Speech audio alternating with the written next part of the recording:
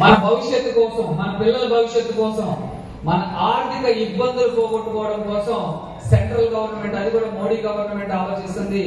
June 21, 2023 ఈ business లో ఉన్న లోటుపాట్లన్నీ సవరించి కస్టమర్స్ లాస్ అవ్వకూడదని, రైట్?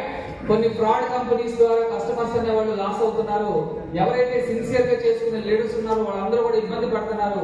ఇలాంటి ఇబ్బందులు ఉండకూడదనే ఉద్దేశంతో 2021 జూన్ 21వ తారీఖున 2023 సో సెంట్రల్ గవర్నమెంట్ దీనికి ఒక గెజెట్ నోట్ ఇవ్వడం జరిగింది.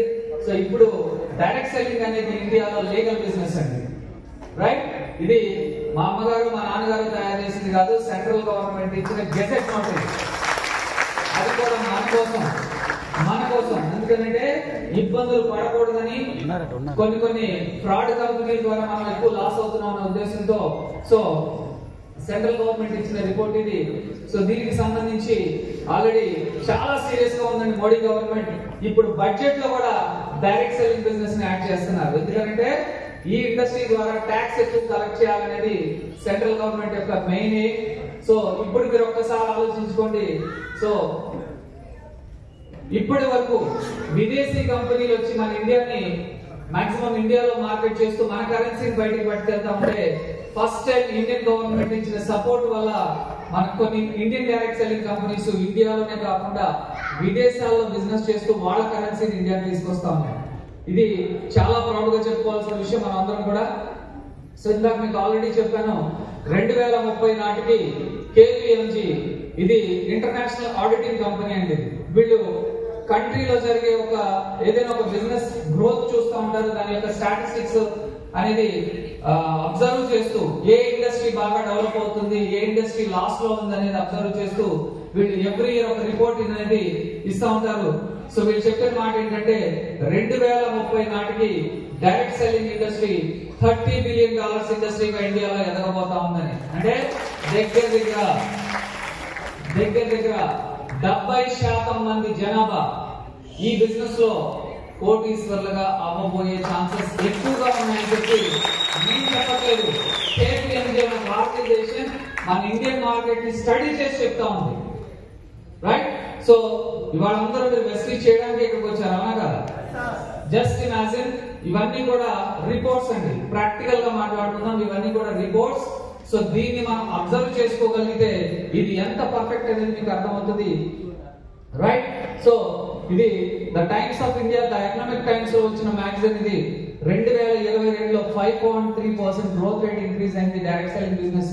ఓకే, సో దీనికి సంబంధించి రెగ్యులర్ గా బిజినెస్ మ్యాగజైన్స్ లో వస్తున్న ఆర్టికల్స్ ఇది.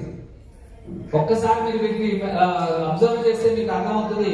మనం ఎంతసేపు పేపర్ తీస్తే సినిమాల గురించి లేదంటే రాజకీయాల గురించి మాట్లాడుతూ ఉంటాం, అవునా కదా? ఎంతమంది లైఫ్ ని మార్చుకోవాలని ఆలోచిస్తూ ఉంటారు చెప్పండి. ఓకే, లైఫ్ ను మార్చుకోవాలని ఆలోచించిన వాళ్ళు ముందు సీట్లో ఉన్నారు. ఇదంతా వేస్ట్ అనుకున్న వాళ్ళు బయట నిల్చుని ఉన్నారు. నేను హాల్లో ఉన్న వాళ్ళకి తప్పబట్టిన, ఎందుకంటే అందరూ కొత్తగా వచ్చిన వాళ్ళు కాబట్టి కొంచెం భయపడతారు నేను ఏదనంటే, రైట్? సో కర్ణాటక ఇప్పుడు టాప్ పొజిషన్ లో, డైరెక్ట్ సెల్లింగ్ బిజినెస్ లో టాప్ పొజిషన్ లో ఉంది. ఎందుకంటే ఉమెన్ ఎంటర్ప్రెన్యూర్స్ ఎక్కువ మందిగా తయారవుతున్నారు ఇక్కడ, రైట్? సో దీన్ని రెడీమేడ్ బిజినెస్ అన్నాం కదా. ఒక చిన్న ఎగ్జాంపుల్ చెప్తాను దీనికి సంబంధించి. చాలా మంది ఇన్వెస్ట్మెంట్ పెట్టి బిజినెస్ చేస్తారు, అవునా? ఇన్వెస్ట్మెంట్ పెట్టి చేసే బిజినెస్ లో రిస్క్ ఫ్యాక్టర్ అనేది ఎక్కువగా ఉంటుంది. ఇన్వెస్ట్మెంట్ పెట్టాలి, right? Up to date product అనేది అందించాలి. ఈ టైంలో మనకి కస్టమర్స్ రాలేదనుకోండి, లాస్ వచ్చినా ప్రాఫిట్ వచ్చినా మనమే భరించాలి, అవునా కదా? సో రిస్క్ ఫ్యాక్టర్ అనేది చాలా ఎక్కువగా ఉంటుంది డబ్బులు పెట్టి చేసే బిజినెస్ లో. సో ఈ బిజినెస్ మీరు చేసుకోగలిగితే ఇక్కడ రిస్క్ ఫ్యాక్టర్ అనేది లేదు, కొంచెం ఒళ్ళుని కష్టపెట్టగలిగితే చాలు. సో ఈ బిజినెస్ చేయాలంటే బాడీని కష్టపెట్టాలి, నోరుని కష్టపెట్టాలి, అట్లాగే యాక్టివ్ గా పాజిటివ్ గా ఆలోచించగలిగితే 100% సక్సెస్ అయ్యే ఛాన్సెస్ ఎక్కువగా ఉంటాయి. అందుకే యాక్చువల్ గా ఏమంటారంటే డైరెక్ట్ సెల్లింగ్ బిజినెస్ లో ఎక్కువ మంది ఇన్వాల్వ్ అవ్వడానికి, ఎక్కువ మంది బిజినెస్ లో సక్సెస్ అవ్వడానికి గల రీజన్ ఏంటంటే బిజినెస్ ని అర్థం చేసుకున్న వాళ్ళు తొందరగా లైఫ్ లో సెటిల్ అవుతున్నారు, అర్థం చేసుకోలేని వాళ్ళు సో దీన్ని వేస్ట్ అన్నట్టు చూస్తా ఉన్నారు, అవునా కదా? సో కర్ణాటకలో ఉమెన్స్ ఎక్కువ మంది బిజినెస్ ని అది చేయడానికి ఇంట్రెస్ట్ చూపిస్తా ఉన్నారు. సో ఇవన్నీ కూడా పేపర్ ఆర్టికల్స్ అండి, డైరెక్ట్ సెల్లింగ్ కి సంబంధించి. సో ఇండైరెక్ట్ గా నరేంద్ర మోడీ ప్రమోట్ చేస్తున్నాడు. దీన్ని వర్డ్ ఆఫ్ మౌత్ బిజినెస్ అంటారు. మన ద్వారా 10 మందికి మా విషయాన్ని చేరవేసుకుంటూ వెళ్తే సో మనం బిజినెస్ అనేది ఇంప్రూవ్ చేసుకుంటూ ఇన్కమ్ గెయిన్ చేయడానికి అవకాశం ఉంటుంది, రైట్? సో నరేంద్ర మోడీ గారు ఏం ఏంటంటే ఇప్పటి వరకు మనం విదేశీ వస్తువుల మీద ఎక్కువగా డిపెండ్ అయ్యాం, కానీ మన దగ్గరే క్వాలిటీ ఆఫ్ గూడ్స్ తయారవ్వాలి, వాటిని మనం విదేశాలకి ఎక్స్పోర్ట్ చేయాలనేది మోడీ యొక్క ఏం. అందుకనే ఎక్కడో 10వ స్థానంలో ఆర్థిక వ్యవస్థలో 10వ స్థానంలో ఉండే ఇండియా ఇవాళ ప్రపంచంలో ఆర్థికంగా 5వ స్థానానికి ఎదిగింది అంటే దానికి కారణం ఏంటంటే ఈయన తీసుకున్న కొన్ని డెసిషన్స్ అని మనం చెప్పుకోవచ్చు. సో డైరెక్ట్ సెల్లింగ్ బిజినెస్ ని ప్రతి ఒక్కరికి చెప్పాలి, ప్రతి ఒక్కరికి అర్థం చేయించాలనే ఉద్దేశంతో స్కూల్ ఎడ్యుకేషన్ నుంచి కాలేజ్ ఎడ్యుకేషన్ వరకు దీని ఒక సబ్జెక్ట్ గా తీసుకురావడం జరిగింది, రైట్?